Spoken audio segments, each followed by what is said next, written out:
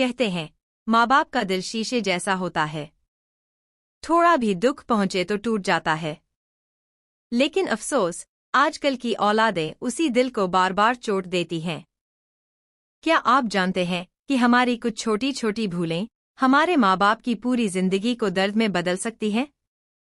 इस वीडियो में हम सुनेंगे एक दिल को छू लेने वाली कहानी जो बताती है कि अगर आप चाहते हैं कि आपके माँ बाप बुढ़ापे में खुश रहें, तो ये 3 गलतियां कभी मत करना। ये सिर्फ कहानी नहीं, हर घर का सच है। तो चलिए शुरू करते हैं। बहुत समय पहले की बात है। धूप तेज थी।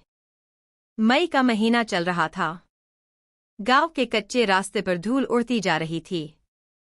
घर के बाहर नीम का एक पेड़ था, जिसकी छांव में बैठी थी एक बुजुर्ग महिला जसवंती। जसवंती की उम्र लगभग 72 साल रही होगी। पतले झुर्रियों वाले चेहरे पर सालों की मेहनत और तपस्या की कहानी दर्ज थी। उसकी आंखें कुछ सोच रही थी, कुछ कह रही थी, लेकिन कोई सुनने वाला नहीं था। पास ही एक टूटी चारपाई पर उसका बूढ़ा पति रामस्वरूप लेटा था। खांसते खांसते उसकी सांसें तेज हो जाती थीं। उम्र और बीमारी ने जैसे उस पर कब्जा कर लिया हो। जसवंती और रामस्वरूप के 3 बेटे थे, मनोज, सुनील और राकेश। तीनों शहरों में अपने अपने परिवार के साथ रहते थे। एक समय था जब ये घर हंसी खुशी से भरा रहता था, बेटों की किलकारियों से गूंजता था। लेकिन अब जसवंती और रामस्वरूप अकेले थे, उम्र के अंतिम मोड़ पर, जहां उन्हें सिर्फ साथ और सहारा चाहिए था। जसवंती की आंखें बंद हो गईं। यादों का दरवाजा खुल गया।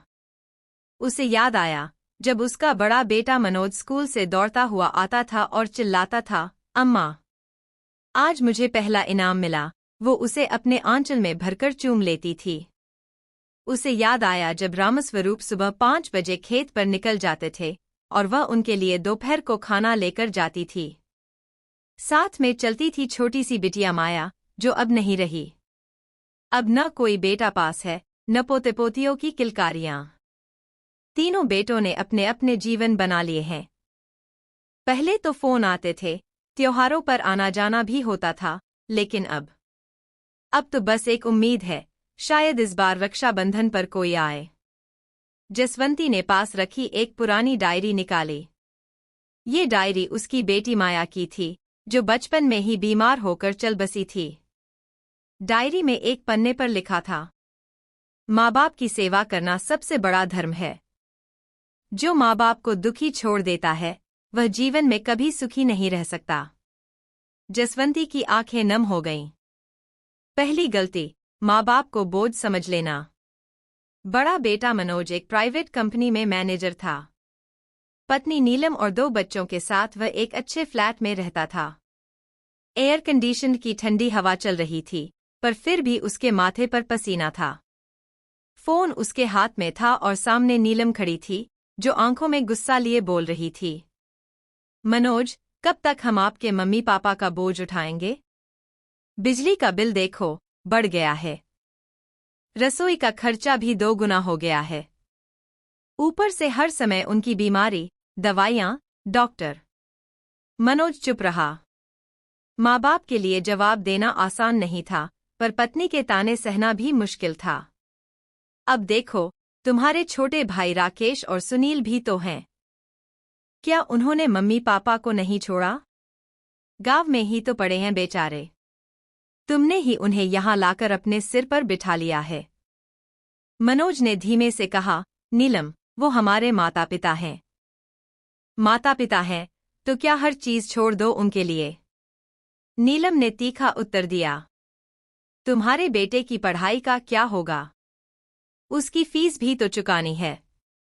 और फिर मम्मी पापा तो बोलते ही रहते हैं, गांव चलो, गांव अच्छा है।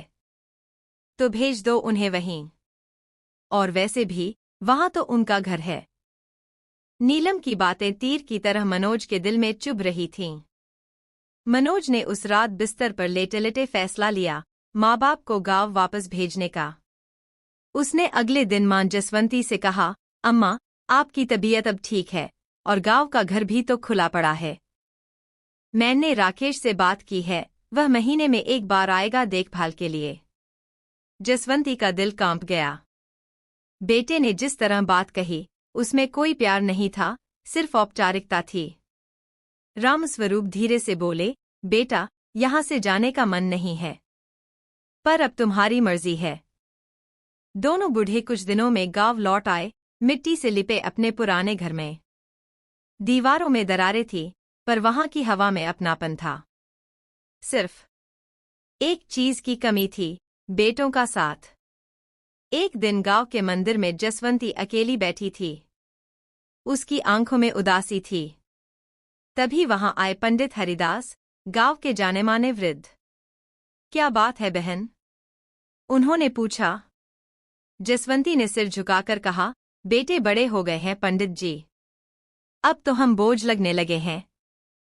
हरिदास जी मुस्कुराए और बोले, बेटा जब छोटा था तो रात में उठकर माँ दूध पिलाती थी, तब वो बोझ नहीं था। लेकिन आज जब वो माँ बूढ़ी हुई तो वो बोझ बन गई। बेटा पढ़ने गया तो बाप ने खेत गिरवी रख दिए, तब वो जिम्मेदारी थी। अब माँ बाप बूढ़े हुए तो जिम्मेदारी नहीं, बोझ बन गए। ये जीवन का चक्र है, जो बोएंगे वही काटेंगे। जसवंती चुप रही। उसके दिल में कुछ और टूट गया। 2 साल बीत गए। मनोज की जिंदगी व्यस्त हो चुकी थी। माम पापा से फोन पर कभी कभार बात हो जाती थी। एक दिन उसके बेटे ऋषभ ने स्कूल प्रोजेक्ट के लिए दादी से बात करनी चाहिए। मनोज ने गांव फोन लगाया, पर उधर से कोई जवाब नहीं आया। 3 दिन बीते। चौथे दिन गांव से एक फोन आया, रामस्वरूप जी नहीं रहे। दिल का दौरा पड़ा था। मनोज तुरंत गांव भागा। जब वो घर पहुंचा, जसवंती दरवाजे पर बैठी थी, बिल्कुल चुप।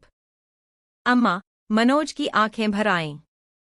जसवंती ने सिर उठाकर सिर्फ इतना कहा, रामस्वरूप तुम्हारे इंतजार में थे, बेटा। आखिरी बार तुम्हें देखना चाहते थे, पर तुम नहीं आए। यह वाक्य मनोज की आत्मा पर गहरे घाव कर गया। मनोज ने गांव में रहते हुए पिता की अंतिम क्रिया की। उसके बाद उसने कुछ दिन मां के साथ बिताए। उस दौरान उसे एहसास हुआ कि मां की आंखों में अब भी एक उम्मीद है कि बेटा दोबारा छोड़कर नहीं जाएगा। दूसरी गलती, माँ बाप की भावनाओं को नजरअंदाज करना। रामस्वरूप की मृत्यु के बाद जसवंती एकदम खामोश हो गई थी। न सुबह की चहल पहल रही, न रात की थाली में स्वाद। घर के कोने कोने में रामस्वरूप की यादें थीं। मनोज जब 4 दिन गांव में रहकर शहर लौटा, तब उसने मां से वादा किया था, अम्मा, अब हर महीने आऊंगा। अकेले नहीं रहना पड़ेगा तुम्हें। लेकिन वो वादा शहर की भीड़ और ऑफिस की फाइलों में कहीं खो गया। मंझला बेटा सुनील एक सरकारी कर्मचारी था। उसकी पत्नी रुचि और 8 साल की बेटी अन्या के साथ उसका छोटा, सुंदर सा घर था। वो खुशहाल था, लेकिन उसके जीवन में भी मां के लिए कोई खास जगह नहीं थी। सुनील के घर के ड्राइंग रूम में दीवार पर एक फैमिली फोटो टंगी थी, जिसमें माँ बाप, तीनों बेटे, बहुएं और पोते पोती थे। लेकिन उस फोटो को देखे भी अब अरसा हो चुका था। एक दिन सुनील की बेटी अन्या ने पूछा, पापा, दादी कब आएंगी हमारे यहाँ रहने? सुनील चौंक गया। क्यों बेटा? क्योंकि स्कूल में टीचर ने कहा दादा दादी के साथ रहना अच्छा होता है। वो कहानियां सुनाते हैं और ढेर सारा प्यार करते हैं। सुनील ने मुस्कुराकर टाल दिया, वो गांव में ज्यादा खुश रहती हैं। पर सच्चाई ये थी कि उसे मां की भावनाओं की कीमत का अंदाजा ही नहीं था। जसवंती अब अक्सर एक पुरानी कॉपी में कुछ लिखा करती थी। वो रोज बैठकर कुछ ना कुछ अपने बेटों के लिए लिखती, लेकिन वो चिट्ठियां कभी भेजी नहीं जातीं। एक चिट्ठी कुछ यूं थी, बेटा सुनील, बचपन में जब तू स्कूल जाता था तो तुझे देखती थी तो लगता था इस बेटे में बहुत संस्कार हैं। तू हमेशा मुझसे कहता था, माँ, बड़ा होकर तुम्हारे लिए कार लाऊंगा। बेटा, कार तो आ गई, पर उसमें जगह मेरे लिए नहीं रही। तू सरकारी अफसर बन गया, पर मुझे एक बार बुला नहीं सका। मैं ये नहीं कहती कि तेरा फर्ज था, लेकिन क्या माँ की भी कोई भावना नहीं होती? अब बूढ़ी हो गई हूँ बेटा, आंखें भी कमजोर हैं, लेकिन मन अब भी तुझे देखने को तरसता है। तेरा इंतजार करती हूँ हर दिन। तेरी माँ।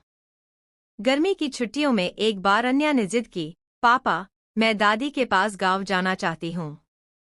रुचि ने विरोध किया, पर सुनील ने सोचा, चलो एक बार माँ से मिल आना चाहिए। वो दोनों गांव पहुंचे। जसवंती दरवाजे पर बैठी थी, जैसे किसी के इंतजार में। जब उसने पोती को देखा, तो जैसे जीवन लौट आया। दादी, आपको गले लगाने आई हूँ। अन्या ने कसकर गले लगाया। जसवंती की आंखों से झरझर आंसू बह निकले। 3 दिन तक दादी और पोती ने खूब बातें कीं। दादी ने कहानी सुनाई। एक राजा था, जिसके 3 बेटे थे। वह सबसे प्रेम करता था। लेकिन बुढ़ापे में जब उसने मदद मांगी, तो एक बेटा बोला, मैं तो व्यस्त हूँ, दूसरा बोला, मेरी बीवी नहीं मानेगी, और तीसरे ने कहा, अब तो तुम काम के नहीं रहे। अन्या ने पूछा, फिर क्या हुआ? जसवंती मुस्कुराई, फिर भगवान ने उन्हें ऐसा बेटा दिया, जो राजा का बेटा नहीं था, लेकिन सेवा दिल से करता था। सुनील वहीं पास बैठा सब सुन रहा था। उसे अपने ऊपर शर्म आने लगी। चौथे दिन, जब वे लौटने लगे, जसवंती ने पोती का माथा चूमा। ख्याल रखना बेटा, फिर आना। सुनील ने माँ का हाथ पकड़ा। अगली बार अकेला नहीं आऊंगा माँ, आपको भी साथ ले चलूंगा। माँ की आंखें नम थीं, पर चेहरे पर सुकून था। दूसरी गलती की सीख, माँ बाप की भावनाओं को नजरअंदाज मत करो। माँ बाप को सिर्फ खाना और दवा देना ही सेवा नहीं होती। उनकी भावनाओं को समझना, उनके अकेलेपन को महसूस करना, उनके मन की बात सुनना भी जरूरी है। बच्चों को लगता है कि माँ बाप तो कुछ नहीं कहते, पर असल में उनकी चुप्पी में बहुत कुछ छिपा होता है। तीसरी गलती, माँ बाप की इज्जत को अपमान में बदल देना। तीसरा और सबसे छोटा बेटा राकेश एक प्रॉपर्टी डीलर बन गया था। पैसा, शोहरत और समाज में रुतबा, सब कुछ हासिल कर लिया था उसने। उसकी पत्नी प्रियंका हर समय सोशल मीडिया और पार्टियों में लगी रहती थी। राकेश का घर शहर के पॉश इलाके में था। दीवारों पर विदेशी पेंटिंग, फर्श पर महंगे मार्बल और ड्राइंग रूम में एसी की ठंडी हवा, लेकिन इन सब के बीच माँ बाप के लिए कोई जगह नहीं थी। एक दिन जसवंती को गांव से किसी ने बताया कि राकेश का जन्मदिन आ रहा है और उसने बहुत बड़ा आयोजन रखा है। जसवंती का मन किया, चलो बेटा देख लें और आशीर्वाद दें। वह अकेले ट्रेन पकड़कर उज्जैन पहुंची। पुराने, सादे कपड़े, पांवों में चप्पल, माथे पर बिंदी और हाथ में कपड़े की पोटली, जसवंती एक सादगी की मिसाल थी। लेकिन राकेश के घर की चकाचौंध में ये सादगी शर्म बन गई। राकेश के गार्ड ने दरवाजे पर ही उसे रोक दिया। मैडम, कहाँ जा रही हैं? बेटा राकेश से मिलना है। मैं उसकी माँ हूँ, जसवंती ने मुस्कुराकर कहा। गार्ड हड़बड़ा गया, अंदर गया, और फिर राकेश आया। जैसे ही राकेश ने माँ को देखा, उसके चेहरे की रंगत बदल गई। अरे माँ, आपने क्यों आना जरूरी समझा? आप गांव में ही ठीक थीं। यहाँ सब सोसाइटी वाले हैं, बिजनेस क्लाइंट्स हैं। आपके ऐसे कपड़े, आप समझती क्यों नहीं? जसवंती कुछ नहीं बोली। उसका दिल धड़क रहा था। बेटा अब उसके आने से शर्मिंदा हो रहा था। राकेश ने इधर उधर देखा, फिर धीरे से कहा, माँ, आप थोड़ी देर यहाँ बैठिए, मैं बाद में अंदर बुला लूंगा। अभी लोग आ रहे हैं। लेकिन 2 घंटे बीते, कोई नहीं आया। जसवंती वहीं गेट के पास बैठी रही, थकी, भूखी, अकेली। राकेश के घर में काम करने वाला किशन एक मामूली नौकर था। उसने जसवंती को देखा तो पहचान लिया। वो गांव के ही पास के इलाके का था। मैया, आप यहाँ बाहर बैठी हैं? अंदर क्यों नहीं गईं? जसवंती ने धीमे से मुस्कुराकर कहा, बेटा बुलाएगा तो जाऊंगी। किशन की आंखों में आंसू थे। उसने एक थाली में खाना लाकर दिया और पंखा रखा। उस दिन राकेश की माँ की सेवा एक नौकर ने की, बेटे ने नहीं। अगली सुबह जसवंती चुपचाप उठी और वापस स्टेशन चली गई। न कोई शिकायत, न गुस्सा, बस एक लंबी सांस और एक मौन निर्णय। अब किसी बेटे से उम्मीद नहीं रखनी चाहिए। पार्टी खत्म होने के एक हफ्ते बाद राकेश की एक बिजनेस मीटिंग थी। सामने वाला क्लाइंट बोला, आपकी माँ को दरवाजे पर बैठे देखा था उस दिन। मैं उसी सोसाइटी में रहता हूँ। आपने उन्हें अंदर क्यों नहीं बुलाया? राकेश की गर्दन झुक गई। उसके पास कोई जवाब नहीं था। उसी दिन प्रियंका ने भी कहा, तुम्हारे जैसा बेटा तो मैं अपने दुश्मन को भी ना दूं। माँ का वो चेहरा अब मेरी आंखों से नहीं जाता। माँ बाप की गरीबी, उनकी सादगी, उनका पहनावा कभी शर्म की बात नहीं होती। शर्म तो तब आती है जब बेटा इतना गिर जाए कि उसी माँ को छुपाने लगे जिसने उसे दुनिया में लाया। जिस घर में माँ की इज्जत नहीं होती, वहां सुख कभी नहीं टिकता। रामस्वरूप की मृत्यु और जसवंती के अकेले जीवन ने तीनों बेटों को झकझोर दिया। मनोज, सुनील और राकेश तीनों गांव पहुंचे। जसवंती ने उन्हें देखा, लेकिन आंखों में अब वो रोशनी नहीं थी जो पहले थी। मनोज ने झुककर मां के पांव छुए। माफ कर दो अम्मा, हमसे बहुत बड़ी भूल हो गई। सुनील बोला, आपने भावनाएं दीं और हमने चोट। राकेश रो पड़ा, मां, जिस दिन आपको दरवाजे पर बैठाया उस दिन मैंने सब कुछ खो दिया। जसवंती ने तीनों बेटों को देखा और कहा, अगर सच में चाहते हो कि माँ बाप बुढ़ापे में खुश रहें तो 3 बातें कभी मत करना। माँ बाप को बोझ मत समझना, उनकी भावनाओं को नजरअंदाज मत करना, उनकी इज्जत को कभी शर्म में मत बदलना, वरना एक दिन ऐसा आएगा कि बहुत पछताना पड़ेगा। लेकिन तब माँ बाप नहीं होंगे और वक्त लौटेगा नहीं। गांव की सुबह शांत थी। पंछियों की आवाजें, मंदिर की घंटियां और घास पर गिरती ओस की बूंदें एक नए दिन की शुरुआत का संकेत दे रही थीं। लेकिन जसवंती के लिए ये सुबह किसी नई शुरुआत जैसी नहीं थी, बल्कि यह उसका जीवन की सबसे बड़ी परीक्षा थी। पिछली रात तीनों बेटे, मनोज, सुनील और राकेश, मां के चरणों में गिरे थे। उन्होंने माफी मांगी थी, गले लगकर रोए थे, लेकिन जसवंती के चेहरे पर कोई प्रतिक्रिया नहीं थी। वो बस चुप थी। सुबह जब तीनों बेटे उठे, उन्होंने देखा कि जसवंती आंगन में बैठी तुलसी को पानी दे रही है। सिर पर सफेद पल्ला, हाथों में कापती लोटा और आंखें आसमान की ओर। माँ, नाश्ता कर लो, सुनील बोला। अब कुछ नहीं चाहिए बेटा, जसवंती ने धीरे से कहा। मनोज ने डरते हुए पूछा, माँ, क्या आपने हमें माफ नहीं किया? जसवंती मुस्कुराई, माफ करने के लिए नाराज होना पड़ता है बेटा। लेकिन जब इंसान टूट जाए तो वह नाराज नहीं होता, बस चुप हो जाता है। यह वाक्य सुनकर तीनों बेटों की आत्मा कांप गई। जसवंती ने गांव की पंचायत में घोषणा कर दी थी, मैं अब वृद्धाश्रम जाऊंगी, वहां सेवा करूंगी। मेरे बेटे मेरे लिए बहुत कुछ कर सकते थे, लेकिन समय पर नहीं किया। अब मुझे किसी की दया नहीं चाहिए। पंचायत के मुखिया चौंक गए। माई, आपके बेटे तो आए हैं, पछता रहे हैं, अब तो सब ठीक कर देंगे। जसवंती ने कहा, गलतियां जब वक्त रहते सुधार ली जाएं, तब वो सीख बनती हैं। लेकिन जब देर हो जाए तो वो सिर्फ पछतावा बन जाती हैं। मैं अब सिर्फ भगवान के सहारे जीना चाहती हूँ। तीनों बेटों ने मिलकर माँ से कहा, माँ, हम आपको शहर ले जाएंगे, बड़ी कोठी में रखेंगे, नौकर चाकर रखेंगे, सबसे अच्छा इलाज कराएंगे। जसवंती ने हाथ जोड़ लिए। बेटा, जब आत्मा घायल हो जाए तो महल भी अस्पताल लगने लगता है। अब मैं उन वृद्धों की सेवा करूंगी जिनके बेटे भी तुम्हारे जैसे हैं। राकेश रोते हुए बोला, माँ, एक बार हमें सेवा का मौका दो, हम बदल चुके हैं। जसवंती ने उसकी आंखों में देखा और कहा, बदलना अच्छा है बेटा, लेकिन माँ को देखने के लिए उसे मरने का इंतजार नहीं करना चाहिए।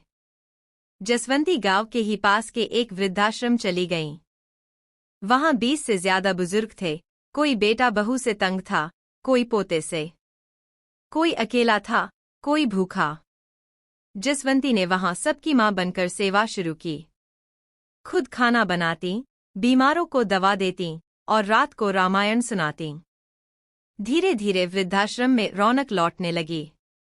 वहां के बुजुर्ग कहते, तुम्हारी कोख धन्य है जसवंती, तुम्हारे जैसा दिल हर मां को मिले। मनोज ने हर महीने गांव आकर वृद्धाश्रम में सेवा शुरू कर दी। सुनील ने सरकारी मदद से वहां की छत की मरम्मत करवाई। राकेश ने सारे बुजुर्गों को सर्दियों के लिए गर्म कंबल भेजे। लेकिन जसवंती ने एक नियम बना दिया, अब कोई बेटा मुझे मां नहीं कहेगा, मैं अब इन सब की मां हूं। तीनों बेटे जानते थे, अब उन्हें मां के पास तो बैठने मिलेगा, पर उनके बेटे कहलाने का गौरव शायद ही फिर मिले। 1 साल बीता। एक सुबह वृद्धाश्रम से फोन आया, जसवंती मां नहीं रहीं। तीनों बेटे भागे भागे गांव पहुंचे। वहां सैकड़ों लोग थे, गांव वाले, वृद्धाश्रम के बुजुर्ग, गांव की महिलाएं, बच्चे। हर कोई रो रहा था, जैसे किसी सच्ची देवी को खो दिया हो। जसवंती की चिता के पास एक पत्र रखा था। तीनों बेटों के नाम लिखा गया अंतिम पत्र। बेटा मनोज, सुनील और राकेश, मैंने तुम्हें जीवन दिया और तुमने मुझे एक सीख दी। मैं नाराज नहीं हूं, पर मेरी आत्मा को तभी शांति मिलेगी जब तुम यह 3 बातें अपनी अगली पीढ़ी को सिखाओ। माँ बाप को कभी बोझ मत समझना, उनकी भावनाओं को हमेशा आदर देना, और सबसे जरूरी, उनकी इज्जत करना, चाहे वो कितने ही साधारण क्यों न हो। मैं जा रही हूं, लेकिन मेरा आशीर्वाद तुम्हारे साथ रहेगा। अम्मा। तीनों बेटों ने मिलकर वृद्धाश्रम को जसवंती सेवा निकेतन नाम दिया। हर महीने वे वहां आकर सेवा करते हैं। हर साल गांव में एक बड़ा आयोजन होता है, मातृ सम्मान दिवस, जिसमें गांव के सभी बुजुर्गों को आदरपूर्वक बुलाया जाता है।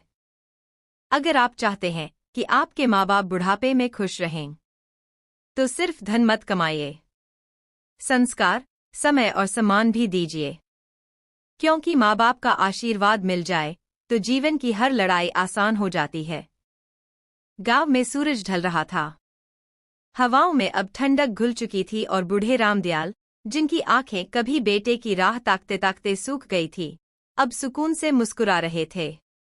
उनकी बहू सुधा ने अब उन्हें बोझ नहीं, बरकत मान लिया था। बेटा भी अब हर शाम पिताजी के पास बैठकर उनकी बातें सुनता, उनके हाथों से रोटियां खाता और जीवन की सच्चाई को गहराई से समझ चुका था। तीनों गलतियां। माँ बाप को अकेला छोड़ देना, उनकी भावनाओं की अनदेखी करना, उन्हें बोझ समझ लेना। अब बेटे रवि और बहू सुधा की जिंदगी से हमेशा के लिए मिट चुकी थीं। रामदयाल अब सिर्फ एक बाप नहीं थे, बल्कि पूरे गांव के बुजुर्गों के लिए एक उदाहरण बन गए थे। गांव के नौजवान अब अपने बुजुर्गों को सम्मान देना सीख गए थे। अंत में रामदयाल ने आंगन में बैठकर अपने पोते को गोद में लिया और मुस्कुराते हुए बोले, बेटा, जब तू बड़ा हो जाएगा तो बस इतना याद रखना, माँ बाप की खुशी में ही घर की बरकत होती है। जिन घरों में बुजुर्गों का आशीर्वाद होता है, वहां कभी दरिद्रता नहीं टिकती। अगर आपको ये कहानी दिल को छू गई हो, तो इसे जरूर लाइक करें, शेयर करें अपने दोस्तों और परिवार के साथ, और हमारे चैनल को सब्सक्राइब करना न भूलें, ताकि ऐसी ही इमोशन और सच्ची कहानियां आप तक हमेशा पहुंचती रहें। बेल आइकन दबाना न भूलें, ताकि अगली कहानी की सूचना आपको सबसे पहले मिले। धन्यवाद। फिर मिलेंगे एक और दिल को छू जाने वाली कहानी के साथ।